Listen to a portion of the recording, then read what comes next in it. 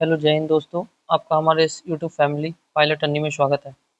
तो आज हम आप लोग के लिए chapter 2 acid base and salt का पार्ट 2 का शॉर्ट वीडियो आप लोगों के समक्ष लाए हैं। इससे पहले हम आप लोगों को पार्ट 1 वीडियो में 2.1.6 क्षारक के साथ आधात्विक ऑक्साइड की अभिक्रिया तक कंप्लीट करवा दिए हैं। अगर आप लोग कोई भी हैं ऐसे हैं जिन्होंने अभी यहाँ तक हमारा वीडियो नहीं देखा है, जाकर आप लोग वीडियो को कंप्लीट देख लीजिए। इसके बाद आज हम आप लोगों के लिए सभी अम्ल एवं क्षारक में क्या समानताएं हैं यहाँ से स्टार्ट करेंगे। ठीक है। तो जैसा कि हम बार बार आप लोगों को कहते हैं कि एनसीईआरटी का हमारा शॉर्ट टर्म में जो वीडियो आता है उसको सुनने के बाद आप एक बार एनसीईआरटी को अच्छे से रीड कर लीजिएगा। रीड करने के बाद रात 9 पीएम में माँ सरस्वती स्टडी पॉइंट में आपका टेस्ट होता है इसी टॉपिक से। जितना टॉपिक पढ़ने दिया जाता है उतना से ही वीडियो आपको प्रतिदिन शूट करके देते हैं ताकि आपको पढ़ने में आसानी और सुविधा हो। तो आप लोगों को यदि वीडियो पसंद आता है तो लाइक कीजिए, सब्सक्राइब कीजिए, शेयर कीजिए, फैमिली को बड़ा कीजिए ताकि आप लोगों के सामने और भी इसी तरह का कंटेंट हम लेकर आएँ। और जैसा कि देखें कि आज आपके सामने बिहार एसएससी सीजीएल 4 का नोटिफिकेशन जारी कर दिया गया है जी। ठीक है। इसमें आपका 18 अगस्त से 17 सितंबर तक फॉर्म फिलअप होगा। ठीक है। तो इसमें आपका साइंस का 25 क्वेश्चन जो है बहुत ही महत्वपूर्ण रोल अदा करेगा। और खासकर उसके सिलेबस में देखिएगा लिखा हुआ है क्लास 10th कक्षा वर्ग तक का। तो आपको 9th एंड 10th यदि एनसीईआरटी कंप्लीट कर लेते हैं फिजिक्स केमिस्ट्री बायो और उसके साथ इसका प्रैक्टिस कर लेते हैं तो हमको नहीं लगता है कि इससे बाहर आपको कुछ छूटेगा। और बाकी आपको लूसेंट और स्पीडी साइंस, इससे हम आपको साइंस कंप्लीट करा देंगे। 25 में आप 20 प्लस सही कीजिएगा अगर फॉलो कर लेते हैं तो इसी तरह साइंस के एनसीईआरटी को कंटिन्यू कीजिए, इग्नोर मत कीजिए, क्योंकि आने वाले किसी भी एग्ज़ाम के लिए 9th एंड 10th का एनसीईआरटी बहुत ही आपके एग्ज़ाम के लिए मायने रखता है। ठीक है। इसको इग्नोर नहीं कीजिएगा।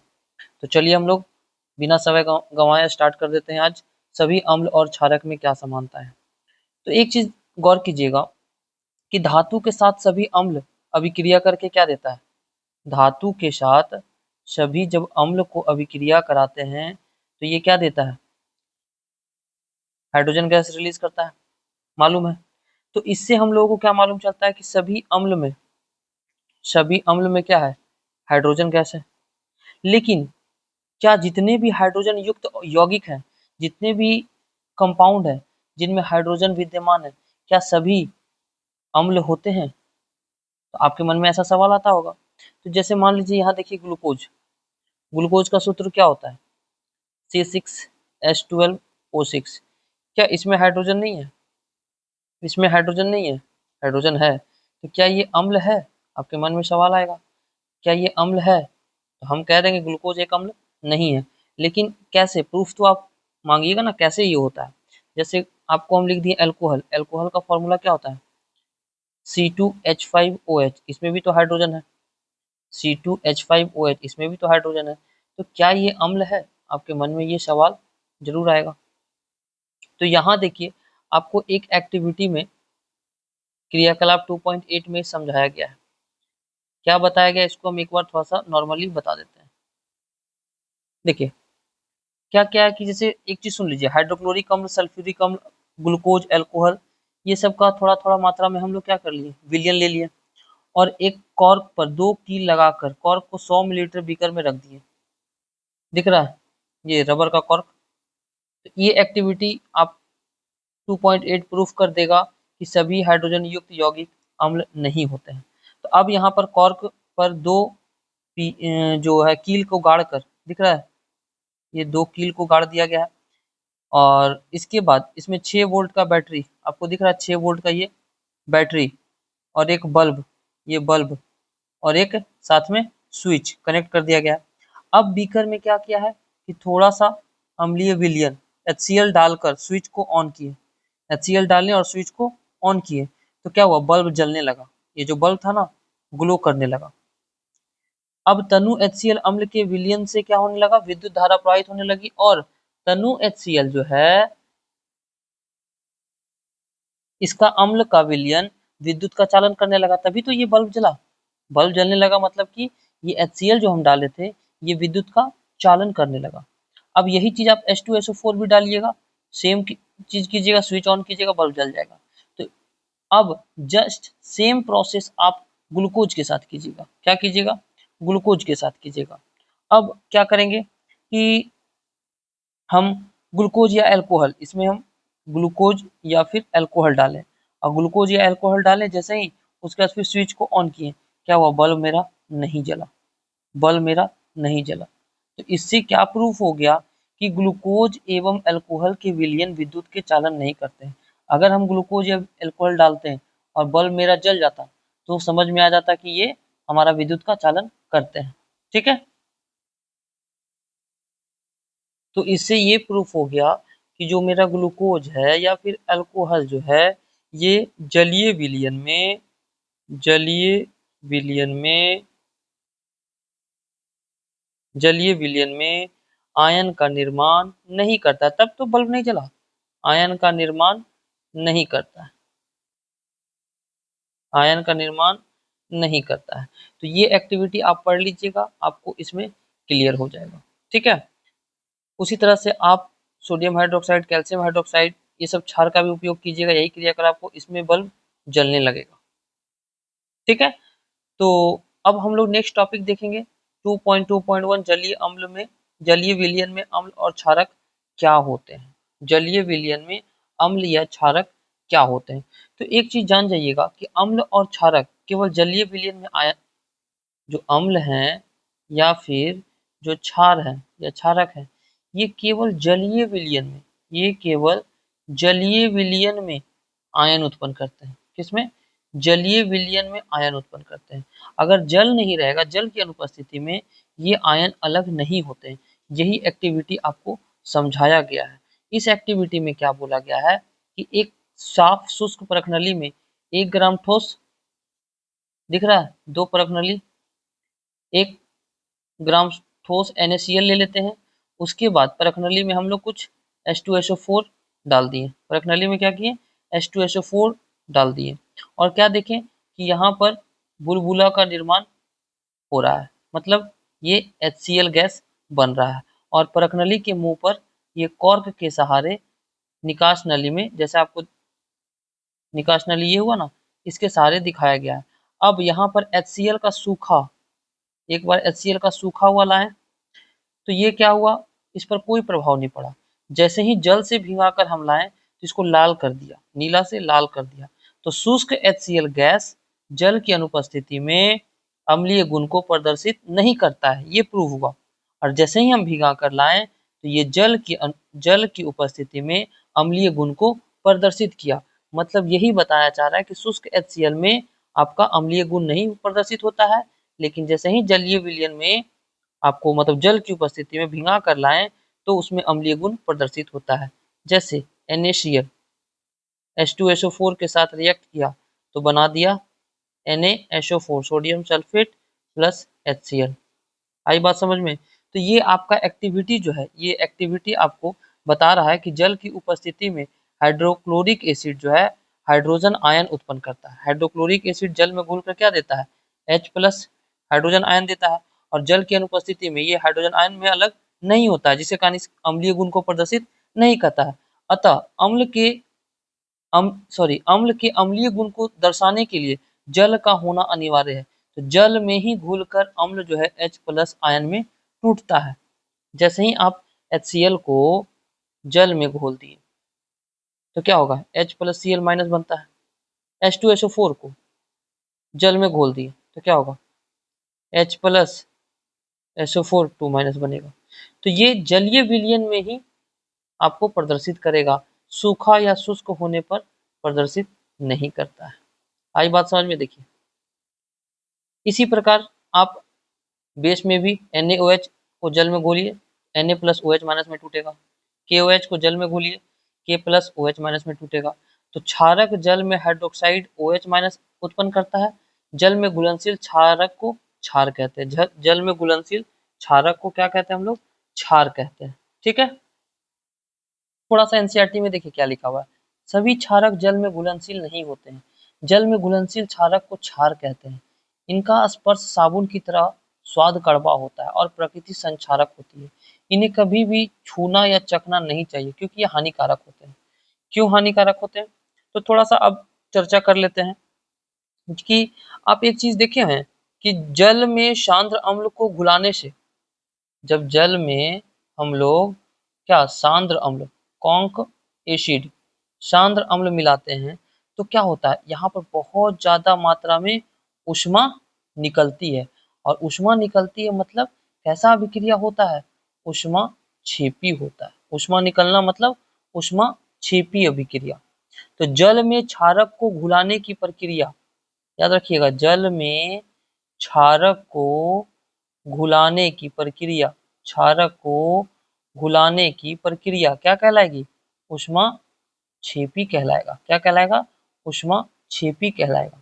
तो एक चीज याद रखिएगा, जल में अम्ल या क्षारक को घुलाने की प्रक्रिया तो जान गए ऊष्मा छेपी कहलाएगा।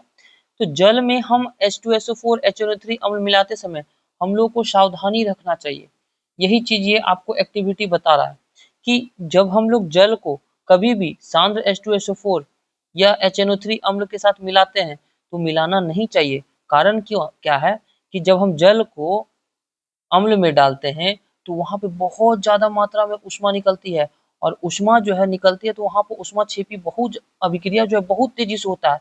और वहां उस मिश्रण में बहुत तेज उफान आ जाएगा। जब आप मान लीजिए जल को अम्ल में डाल दिए, मान लीजिए ये जल है, अब ये अम्ल है, तो जल को अम्ल में डाल दिए तो क्या होगा, बहुत तेजी से ऊष्मा निकलेगा। तो यहाँ ऊष्मा छेपी अभिक्रिया बहुत तेजी से होगी और मिश्रण बहुत ज्यादा उफान मारेगा, और मिश्रण से कुछ बूंद आपको इधर उधर छिटकेगा, कपड़ा जला सकता है, आपका शरीर को जला सकता है, आपका त्वचा को जला सकता है। तो इसीलिए हम लोग जल को कभी भी अम्ल में नहीं मिलाते हैं।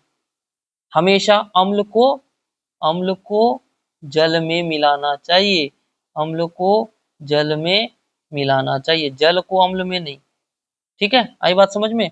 तो अम्ल को जल में मिलाएंगे, और हमेशा कांच के बर्तन में ये सब अभिक्रिया करते हैं। आई बात समझ में? तो जल में अम्ल को मिलाने पर हाइड्रोनियम आयन की सांद्रता में कमी होती है, इसीलिए वहां पर उतना तेजी में उफान ऊष्मा नहीं निकलता है। आई बात समझ में? तो ये एक्टिविटी आपको कह रहा है कि जल में अम्ल और क्षारक घुलाने की प्रक्रिया ऊष्माक्षेपी कहलाता है। ये सभी लाइन को पढ़िएगा तो आपको क्लियर हो जाएगा। ठीक है, जल में अम्ल या क्षारक मिलाने पर आयन की सांद्रता में प्रति इकाई आयतन में कमी होती है, और इस प्रक्रिया को तनुकरण कहते हैं। मतलब उसको पतला करते हैं तो कौन को वो ज्यादा सांद्र नहीं होता, तनु हो जाता है, यह एवं अम्ल या क्षारक तनुकृत हो जाते हैं। आई बात समझ में? तो जब भी हम लोग किसी तनु अम्ल या तनु क्षारक में अधिक अम्लीय या अधिक क्षारीय को मिलाते हैं तो अम्ल में हाइड्रोनियम आयन की सांद्रता और क्षारक में हाइड्रोक्साइड आयन की सांद्रता बढ़ जाती है। आई बात समझ में? तो इसको रीड कर लीजिएगा, ये पूरा फैक्ट को जितना बताएं सारा वही फैक्ट है आपका इसमें लिखा हुआ। अब देखिए अम्ल और क्षारक के विलयन कितने प्रबल होते हैं। अब अम्ल और क्षारक के विलयन कितने प्रबल होते हैं ये डिपेंड करता है कि अम्ल का H+ कितना है और क्षार का OH- कैसा है। तो किसी भी विलयन में उपस्थित हाइड्रोजन की आयन की सांद्रता को ज्ञात करने के लिए 1909 में एक फ्रेंच वैज्ञानिक थे, क्या नाम था उनका?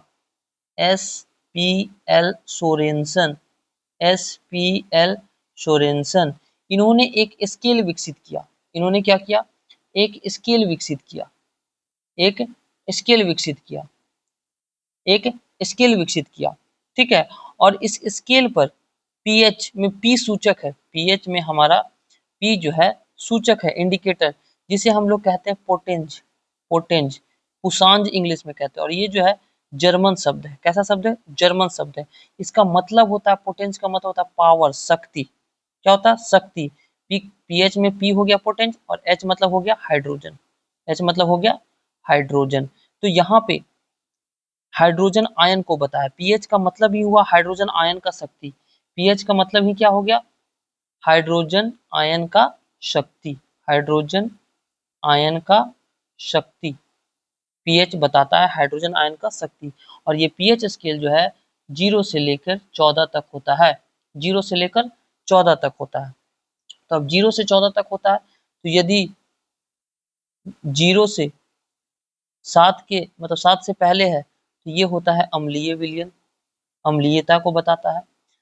7 से 14 के बीच में या 7 से बड़ा 7 से 14 के बीच में क्षारीय गुण को बताता है, और 7 रहेगा तो उदासीन को बताएगा। ठीक है, तो पीएच का मान जैसा कि हमने पिछले क्लास में बताया था, देखिए ये 7 है, 7 से इधर कम अम्लीय प्रकृति का हुआ, 7 से अधिक आपका क्षारीय प्रकृति, 7 से 14 के बीच में क्षारीय, और ये 7 हमारा उदासीन हो गया। तो जैसे 7 से पीएच का मान 7 से कम होते जाएगा वो विलयन उतना ही अधिक अम्लीय होगा। जो यहाँ पे रहेगा, मान लीजिए यहाँ 1 है, यहाँ 2 है, यहाँ 3 है, यहाँ 4 5 6, तो जिसका पीएच वैल्यू 2 है वो ज़्यादा अम्लीय होगा 5 की तुलना में, जिसका पीएच वैल्यू 4 है वो ज़्यादा अम्लीय होगा 6.5 की तुलना में, जिसका पीएच वैल्यू 1 है वो ज़्यादा अम्लीय होगा 3 की तुलना। मतलब जितना 7 से कम होते जाएगा अम्लीयता बढ़ते जाएगा। और क्षारीयता में क्या होता है कि जितना 7 से अधिक होगा क्षारीयता बढ़ते जाएगा। मान लीजिए एक है 10 पीएच वैल्यू किसी का, एक है 12, कौन ज़्यादा क्षारीय होगा? 12 वाला। एक है पीएच वैल्यू 11, एक है पीएच वैल्यू 13.5, कौन ज़्यादा क्षारीय होगा? 13.5 वाला। एक का पीएच वैल्यू है 8.4, एक का पीएच वैल्यू है 7.4, कौन ज़्यादा क्षारीय होगा? 8.4। मतलब 7 से जितना अधिक क्षारीय होते जाएगा, पीएच वैल्यू बढ़ते जाएगा, उतना क्षारीय होते चला जाएगा। आई बात समझ में? तो यहाँ पर आप एक चीज याद रखिए, किसी विलयन के हाइड्रोजन आयन की सांद्रता के ऋणात्मक लॉग को उस विलयन का पीएच कहते हैं।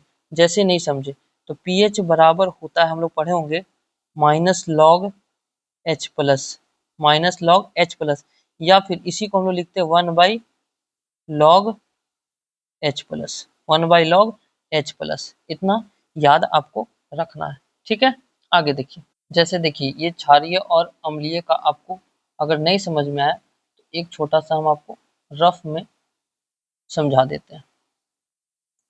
देखिए कल हम लोग पढ़े थे, जैसे मान लीजिए कि ये हमारा पीएच स्केल है, ये हमारा पीएच स्केल है, 0 1 2 3 4 5 6 7, जैसे ये पीएच स्केल हो गया 0 से 14।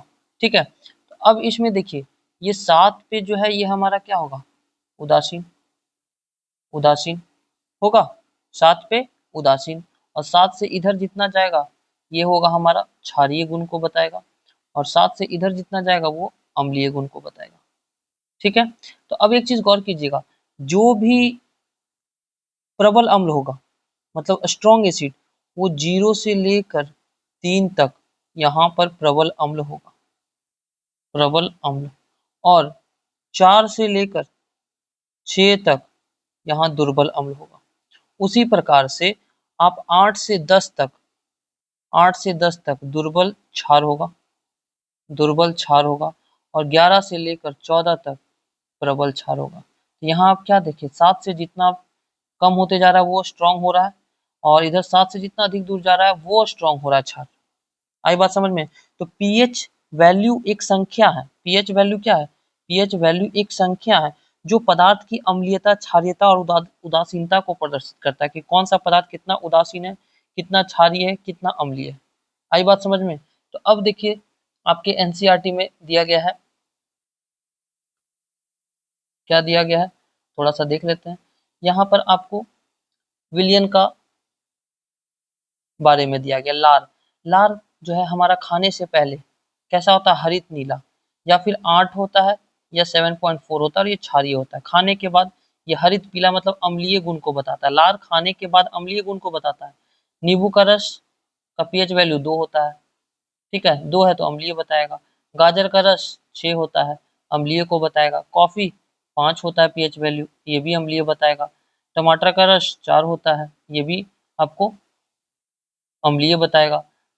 NaOH 14 होता है, ये क्षारीय बताएगा। HCl गाढ़ा लाल 0 होता है पीएच वैल्यू, और ये अम्लीय को बताता है। तो आपको ये रंग नहीं याद रखना, पीएच वैल्यू याद रखना है, और पीएच वैल्यू याद रहेगा तो ये अम्लीय और क्षारीय आप बता सकते हैं। ठीक है, तो यहाँ तक किसी को कोई दिक्कत नहीं हुआ होगा।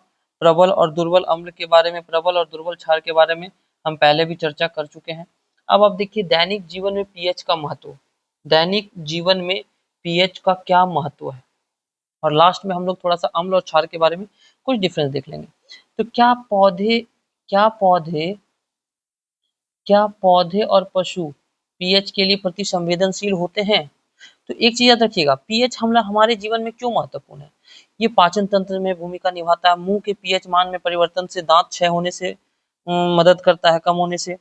पेड़ पौधे एवं विभिन्न प्रकार के जीवों के लिए उचित पीएच का रहना आवश्यक है। तो इसी में आपका पहला है, क्या पौधे एवं पशु पीएच के प्रति संवेदनशील होते हैं। तो एक चीज याद रखिएगा कि हमारा शरीर जो है पीएच वैल्यू 7 से 7.8 के बीच में कार्य करता है, ठीक है। तो पीएच के मान में कमी होने से शरीर में अम्लीय हो जाता है, और वृद्धि होने से वो क्षारीय हो जाता है। शरीर में अगर पीएच वैल्यू जो है 7 से कम होगा तो अम्लीय होते चला जाएगा, 7.8 से अधिक होगा तो क्षारीय होते जाएगा, और अम्लीय और क्षारीय दोनों अवस्था में हमको क्या होगा, बुखार लग सकता है, बीमार हो सकते हैं।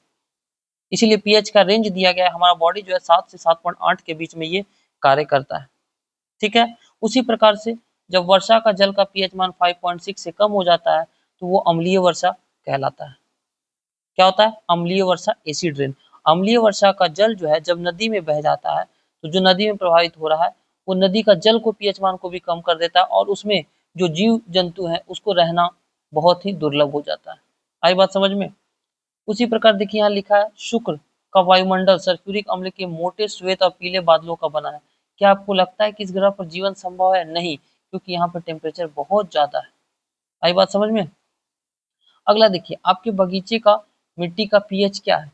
अब मिट्टी का भी पीएच बहुत, मिट्टी का जो उर्वरता है, मिट्टी का जो उर्वरता है वो पीएच पर डिपेंड करता है। मिट्टी का जो उर्वरता है वो किस पर डिपेंड करता है, पीएच पर। अगर पीएच वैल्यू सही है तो पौधे का, अनाज का उपज सही से होगा। इसीलिए पौधे के उपयुक्त विकास के लिए मिट्टी का भी कुछ पीएच का रेंज होता है। याद रखिएगा, पीएच परास मतलब पीएच रेंज। तो मिट्टी के लिए पीएच रेंज जो है, मिट्टी उपजाऊ मिट्टी होने के लिए पीएच का रेंज 7 से 7.6 के बीच में इसका परास होना आवश्यक है। तो किसी खेत या बगीचे की मिट्टी का पीएच मान ज्ञात करने के लिए खेत से या बीज बगीचे से क्या करेंगे, उस मिट्टी से वहां से कोड़कर उसका कुछ मात्रा इकट्ठा कर लेंगे, और परख नली में लेकर उसका हम जांच कर लेंगे कि इसका पीएच वैल्यू कितना है। अगर पीएच वैल्यू 7 से कम आता है तो मिट्टी अम्लीय है, 7 से अधिक होगा तो मिट्टी क्षारीय है, ये ठीक है। या 7 आता है तो मिट्टी उदासीन है। तो मिट्टी का अम्लीय, क्षारीय, उदासीन होना उस खेत में लगाए जाने वाले फसल या पौधे पर निर्भर करता है। आई बात समझ में। इसीलिए पीएच, मिट्टी की उर्वरता 7 से 7.6 याद रखिएगा। जैसे हमारा बॉडी का पीएच रेंज 7 से 7.8 के बीच में कार्य करता है, उसी प्रकार मिट्टी की उर्वरता या मिट्टी कितना उपजाऊ है उसका पीएच वैल्यू 7 से 7.6 के बीच में कार्य करता है। जब मिट्टी अम्लीय हो जाती है तो खेत में, एकदम बहुत इंपॉर्टेंट लाइन है, लिख देते हैं इसको, जब मिट्टी मिट्टी जब अम्लीय हो जाएगा, मिट्टी कैसा होगा, अम्लीय हो जाएगा, तो उसको हम लोग खेत में क्या करते हैं, बुझा हुआ चूना, सॉरी, बिना बुझा हुआ चूना, बिना बुझा हुआ चूना, बिना बुझा हुआ चूना। ये पूछता है एग्जाम में कि मिट्टी जब अम्लीय है तो उसकी अम्लीयता जब अम्लीय हो जाती है तो उसमें हम लोग क्या मिलाते हैं, तो बिना बुझा हुआ चूना, या फिर बुझा हुआ चूना CaOH का होल 2, या फिर चौक CaCO3, इसका उपयोग करते हैं, क्षारक का उपयोग करके मिट्टी को हम लोग क्या करते हैं, उदासीन बना देते हैं। अब हम अम्लीय है तो उसमें क्षार ही मिला के उसको उदासीन करेंगे ना। और जब मिट्टी हमारा क्षारीय हो जाता है, जब मिट्टी हमारा क्षारीय हो जाएगा तो क्या मिलाएंगे उसमें, जब मिट्टी हमारा क्षारीय हो जाता है तो हम लोग खेत में, याद रखिएगा, जिप्सम, जिप्सम का सब फॉर्मूला क्या होता है, सब लोग याद रखिएगा, CaSO4.2H2O। जिप्सम मिलाकर उसको उदासीन बना देते हैं ताकि मिट्टी हमारा क्या हो जाए, उपजाऊ हो जाए। कहीं कहीं जिप्सम ना देगा तो याद रखिएगा, एक टर्म एनसीईआरटी का टर्म है ढेंचा, क्या याद है, ढेंचा, जिसको बोलते हैं सेसबेनिया एक्यूलिएटा। ये नहीं भी याद रखिएगा तो याद रखिएगा, मिट्टी की क्षारीयता को कम करने के लिए जिप्सम मिलाते हैं, अम्लीयता को कम करने के लिए बिना बुझा हुआ चूना या कैल्शियम कार्बोनेट चौक CaCO3 मिलाते हैं। तो इतना आपको याद रखना है मिट्टी के बारे में। आई बात समझ में। अब हम लोग थोड़ा सा देख लेते हैं हमारा पाचन तंत्र, ये भी बहुत ही इंपॉर्टेंट है, पाचन तंत्र। तो हम लोग जानते हैं कि हम लोग के पेट में क्या है, HCl है, हम लोग के पेट में क्या है, HCl है। और इसका पीएच मान कितना होता है? 1.4 होता है। कितना होता है? 1.4 होता है। तो अब पेट में हम लोग भोजन करते हैं, तो भोजन में बहुत सारा अपशिष्ट पदार्थ भी जाता है, तो ये पचाने में सहायक होते हैं। मतलब जब अपच हो जाता है, हम लोग पचता नहीं है, तो उस स्थिति में पेट में अधिक हाइड्रोक्लोरिक अम्ल बनता है, जिस कारण से हम लोग बोलते हैं ना, खाने के बाद कभी-कभी पेट में दर्द हो रहा है, जलन हो रहा है, तो ये सब का अनुभव कब होता है? जब हम लोग का भोजन सड़ा गला जब पेट में जाता है, तो बहुत ज़्यादा मात्रा में HCl बनता है, और HCl बनने के कारण ही पेट में दर्द, जलन अनुभव होता है। तो पेट में दर्द और जलन से छुटकारा के लिए हम लोग क्या उपयोग करते हैं? एंटा एसिड। ये भी बिहार एसएससी सीजीएल में पूछा हुआ क्वेश्चन है। क्या मिलाते हैं? एंटा एसिड। एंटा एसिड में जब आप खुद सोचिए, आप नॉर्मल सोचिए कि आपका एसिडिटी हो गया, बोलते हैं ना गैस बन गया, एसिडिटी हो गया। एसिडिटी हो गया मतलब समझे क्या? अम्लीय अम्लीयता ज़्यादा हो गया पेट में। तो अम्लीयता ज़्यादा हो गया, तो उसको उदासीन बनाने के लिए हम लोग क्या मिलाएंगे? क्षारीय, कोई क्षारीय यौगिक मिलाएंगे। तो क्षारीय यौगिक हम लोग इसमें याद रखिएगा, milk of magnesia, magnesium hydroxide, MgOH का होल 2, मैग्नीशियम हाइड्रोक्साइड एंटा एसिड के रूप में उपयोग करते हैं। यह एंटा एसिड क्षारक अम्ल में अधिक मात्रा में मिलकर उदासीन कर देता है। एंटा एसिड पूछता है कि जब पेट में दर्द, जलन या अपच हो जाता है, तो उस स्थिति में हम लोग क्या मिलाते हैं? क्या लेते हैं हम लोग? एंटा एसिड लेते हैं। ठीक है, एंटी एसिड मतलब एसिड का एंटी आदमी, तो वो क्षारक है। तो एक प्रकार से ये क्या है? शरीर पर बुरा प्रभाव होने से बचा देता है। और एक चीज याद रखिएगा, कुत्ता जो होता है, डॉग, डॉग के पेट में, अमाशय में बहुत ज्यादा कॉन्क HCl बनता है। कॉन्क HCl बनता है। इसी कारण देखिएगा वह हड्डी को चबाकर पचा लेता है। कुत्ता लोग देखते हैं हड्डी को चिबा जाता है, तो हड्डी को पचाता कैसे है?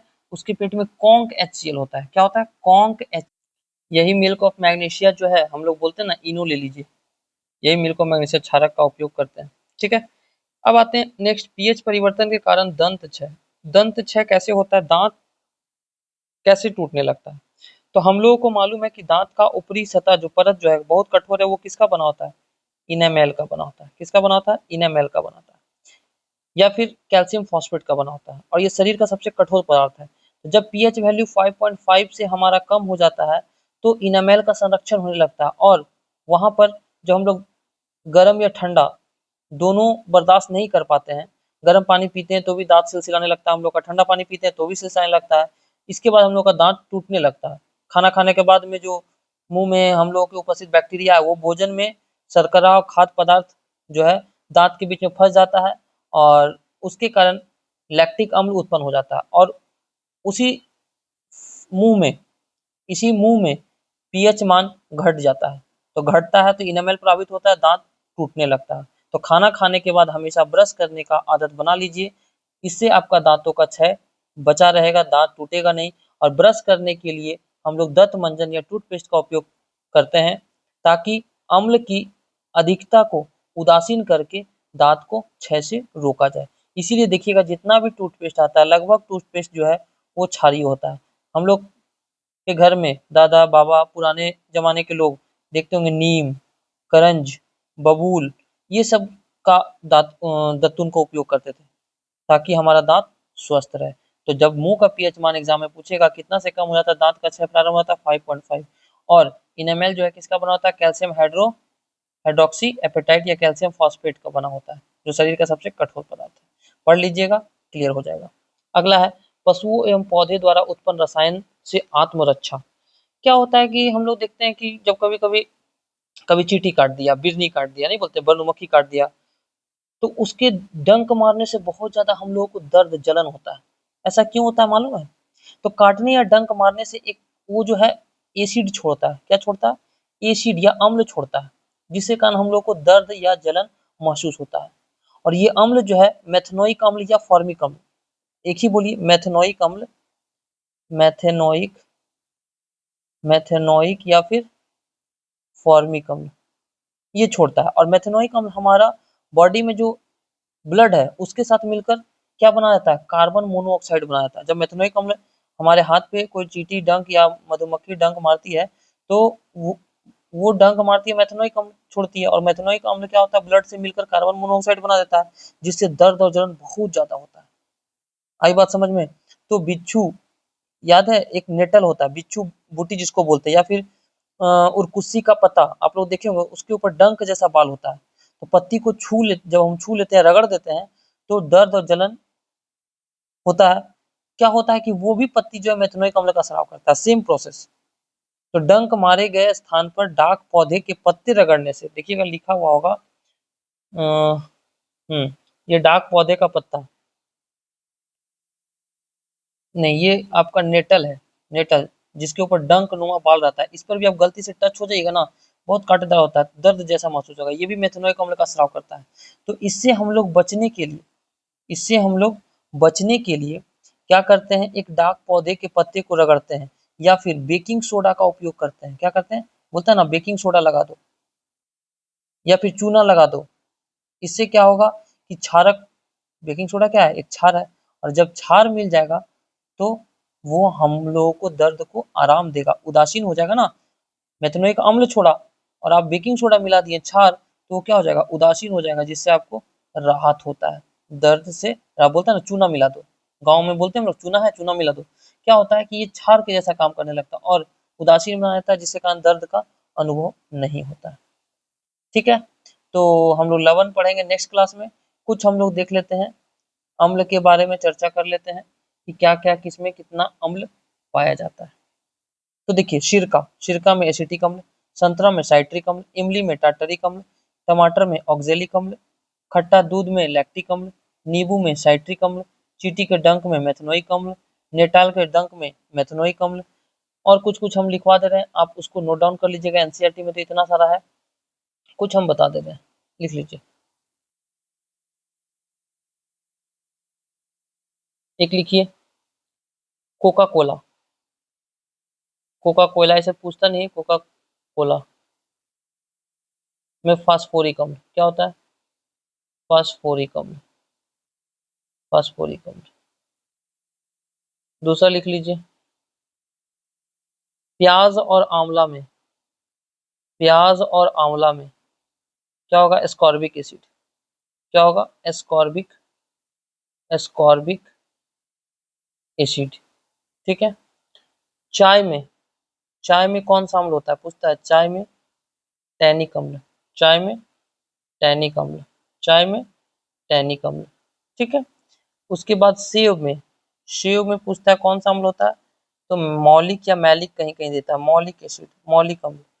नींबू में साइट्रिक अम्ल, मालूम है, नींबू में साइट्रिक अम्ल, नींबू संतरा ये सब में साइट्रिक अम्ल। ठीक है, सिरका में एसिटिक अम्ल, मालूम है, टमाटर में ऑक्जेलिक अम्ल, खट्टा दूध में लैक्टिक अम्ल, ये सभी याद रखिएगा। मधुमक्खी के डंक में आपका मेथनोइक अम्ल। ठीक है, मक्खन में एक पूछता है आपका, मक्खन में भी कभी कभी देता है, मक्खन में कौन सा अम्ल होता है, तो मक्खन में याद रखिएगा ब्यूटेनोइक अम्ल, ब्यूटेनोइक अम्ल। और बाकी एनसीईआरटी में दिया गया ही है, आप उसको देख लीजिएगा। ठीक है, कुछ हम लोग पीएच वैल्यू देख लेते हैं, किसका किसका पीएच वैल्यू कितना होता है, आपसे एग्जाम में पूछ सकता है। तो कुछ पीएच वैल्यू आप लूसेंट से भी देख लीजिएगा, कुछ एनसीईआरटी में भी दिया गया है, और हम लोग कुछ यहाँ पर भी देख लेते हैं, बहुत ही इंपॉर्टेंट है। पहला, हम लोग का बॉडी जो है, शरीर, शरीर का पीएच वैल्यू कितना से कितना काम करता है, 7 से 7.8। उपजाऊ मिट्टी जो है, अभी देखें, उपजाऊ मिट्टी जो है कितना से कितना के बीच में पीएच वैल्यू काम करता है, 7 से 7.6। पेट में जो HCl है, हम लोग का पेट में जो HCl है उसका पीएच वैल्यू कितना है, 1.4 से 1.8 के बीच में काम करता है। अग्नाशय जो रस है, अग्नाशय, अग्नाशय रस, इसका पीएच वैल्यू आपसे पूछ सकता है, 7.8 से 8.3। ठीक है, आपसे सांद्र HCl, कॉन्क HCl का पीएच वैल्यू 0। अगर इसी में पूछ दे तनु HCl का, तनु HCl का 1। ठीक है, अगला पूछ दे आसुत जल या शुद्ध जल, आसुत जल या फिर शुद्ध जल, शुद्ध जल, इसका पीएच वैल्यू होता है 7। खाने वाला सोडा, खाने वाला सोडा, खाने वाला सोडा 8.5 होता है, खाने वाला सोडा NaHCO3, इसका पीएच वैल्यू कितना था, 8.5 होता है। धोने वाला सोडा, धोने वाला सोडा का होता है 9। ठीक है, इसके बाद sodium hydroxide, NaOH sodium hydroxide, इसका pH वैल्यू होता है 4।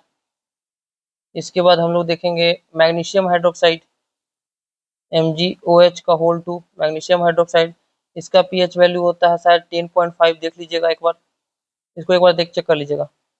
जठर रस पूछा हुआ क्वेश्चन एग्जाम में, जठर रस का pH वैल्यू 1.8 होता है, लेकिन 1.2 से 1.8 याद रखिएगा। समुद्री जल का pH वैल्यू, समुद्री जल का pH वैल्यू 8.4। रक्त और आंसू, देखिए रक्त निकलता है तो आंसू आता है ना हम लोगों को, तो रक्त और आंसू का pH वैल्यू 7.4। लार का pH वैल्यू 6.5। दूध का pH वैल्यू 6.4। यूरिन का, मूत्र का pH वैल्यू 6 होता है। शराब का pH वैल्यू, शराब का pH वैल्यू 2.8 होता है। सिरका का pH वैल्यू, सिरका का pH वैल्यू 2.4 होता है। और 20 और लास्ट नींबू 2.2 होता है। ऐसे याद रखिएगा 2.2 से 2.4 देता है, लेकिन 2.2 एग्जाम में ज़्यादातर पूछता है। और जब वर्षा का जल का pH मान 5.6 से कम हो जाता है तो वो क्या होता है, अम्लीय वर्षा। और जब मुंह का pH मान 5.5 से कम हो जाता है तो इनेमल का संरक्षण होने लगता है। तो इतना आप pH वैल्यू याद रखिएगा, इससे बार आपको एग्जाम में नहीं पूछेगा।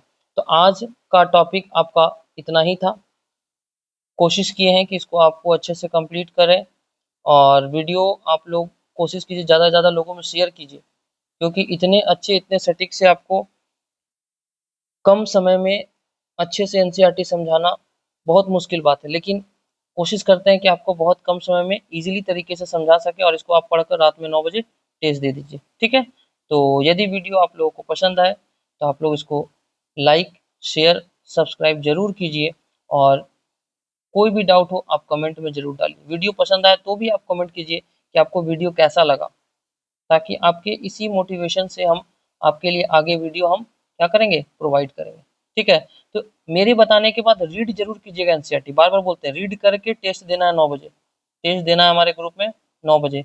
और हर वीडियो के डिस्क्रिप्शन में हम अपने ग्रुप का लिंक डाल देते हैं, आप डिस्क्रिप्शन से लिंक को क्लिक करके आप ज्वाइन कर सकते हैं हमारे टेलीग्राम ग्रुप को, वहाँ सारा इन्फॉर्मेशन डिटेल आपको हमारे एडमिन के द्वारा दे दिया जाएगा, ठीक है। मिलते हैं नेक्स्ट वीडियो में, तब तक के लिए जय हिंद, थैंक यू।